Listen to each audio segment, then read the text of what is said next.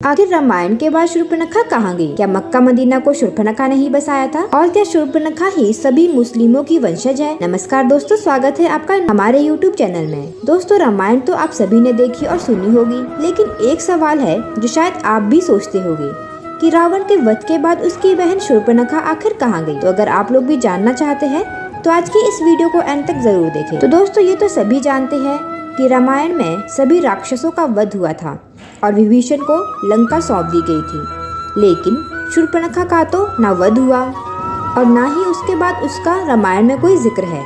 लेकिन फिर वो कहाँ गई? आप सब ये तो जानते होंगे कि जब शूर्पणखा राम पर आकर्षित हो गई थी और प्रभु श्री राम से कहती है कि वो उनसे प्रेम करती है, लेकिन प्रभु श्री राम ने मना कर दिया था क्योंकि प्रभु श्री राम ने माता सीता से पहले ही विवाह कर रखा था। फिर वो लक्ष्मण की तरफ इशारा करते हुए कहते हैं कि आप मेरे छोटे भाई से पूछ सकती है, लेकिन लक्ष्मण जी भी शूर्पणखा को मना कर देते हैं। शूर्पणखा फिर श्री राम के पास जाती है और माता सीता के खिलाफ बहुत सारी बुरी बातें कहती है और उनको मारने के लिए उनकी तरफ झपट पड़ती है, लेकिन ये देखकर लक्ष्मण बीच में आकर शूर्पणखा की नाक को काट देते हैं। इसी क्रोध में आकर वो रावण के पास जाकर उसे सारी घटना के बारे में बताती है, जिसके बाद ही माता सीता का हरण होता है।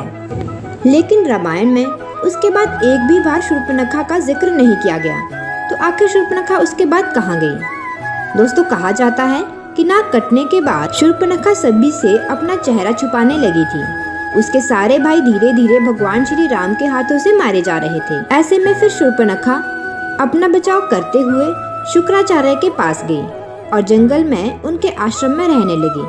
राक्षसों का वंश समाप्त न हो, इसीलिए शुक्राचार्य ने शिव जी की आराधना की, जिन्हें अपना स्वरूप शिवलिंग स्वयं भगवान शिव ने शुक्राचार्य को दिया और कहा कि जिस दिन कोई भगवान विष्णु का अवतार या कोई भी जो भगवान विष्णु को मानता है, अगर गलती से भी किसी ने इस पर गंगा जल चढ़ा दिया तो राक्षसों का सर्वनाश हो जाएगा। फिर उस आत्मलिंग को शुक्राचार्य जी ने वैष्णो अर्थात हिंदुओं से दूर रेगिस्तान में स्थापित किया, जिसे आज के समय में मक्का मदीना कहा जाता है। ये तो आपने सुना ही होगा कि मक्केश्वर महादेव मंदिर जो पूर्व काल में बनाया गया था, वो दरअसल वही शिवलिंग है जो शिव जी ने दैत्य गुरु शुक्राचार्य को दिया था और इस शिवलिंग का बचाव का काम शूर्पणखा को ही दिया था।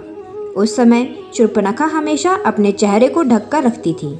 फिर धीरे धीरे उसने कई सारे बच्चों को जन्म दिया और वही बच्चे आज उसकी परंपरा को निभा रहे हैं। आपने देखा होगा कि सभी मुस्लिम लोग बुर्का पहनते हैं। दोस्तों, मक्का मदीना में जो मक्केश्वर महादेव का शिवलिंग रखा हुआ है, उसके बचाव के लिए शूर्पणखा ने ही वहीं पर रहना शुरू कर दिया था। आपका इसके बारे में क्या विचार है? कमेंट बॉक्स में हमें ज़रूर बताएं और रोज़ाना ऐसे ही जानकारी के लिए सब्सक्राइब कीजिए हमारे YouTube चैनल को।